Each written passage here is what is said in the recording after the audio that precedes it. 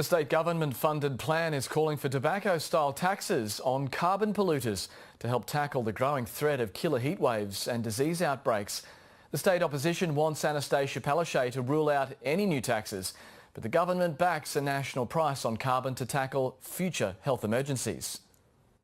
Where politicians have failed, doctors and nurses may prevail. That's the message of a new Queensland government-funded study to tackle the health threats of climate change. It reveals the health sector is worried about what's coming: more killer heat waves, disease outbreaks and mental health costs driven by drought. Health professionals and doctors are innately pretty conservative. They don't say something unless they've got the evidence to back it. So when they say that it's a health emergency, you can believe them. The climate adaptation plan potentially pits health professionals against powerful industry interests, including the mining lobby. It says the government should consider slapping carbon polluters with new tobacco-style levies or taxes and winding back subsidies that support activities harmful to health and climate stability. It says the polluter pays principle should apply to health and environmental costs which traditionally have not been accounted for.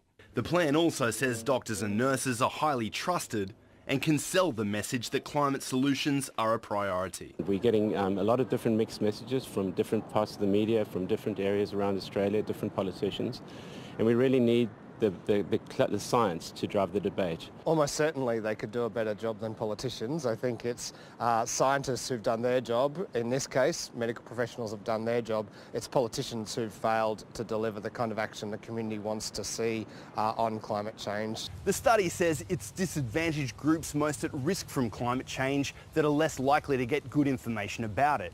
It says doctors can help this by lifting their profile in the public debate. The political and media climate has been so toxic that people have been unwilling to stand up and say these things, but no longer. The health sector says a lack of political leadership, including mixed messages on coal and gas from the Palaszczuk government, is a problem. The opposition says the government should rule out any new taxes, saying there are other ways to cut carbon pollution.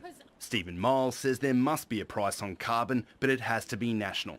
What you wouldn't want is the kind of perverse outcomes that would happen if one state priced a certain type of pollution and another state didn't. The plan recommends putting dollar figures on the health impacts of climate change to make it a hip pocket issue that hits home.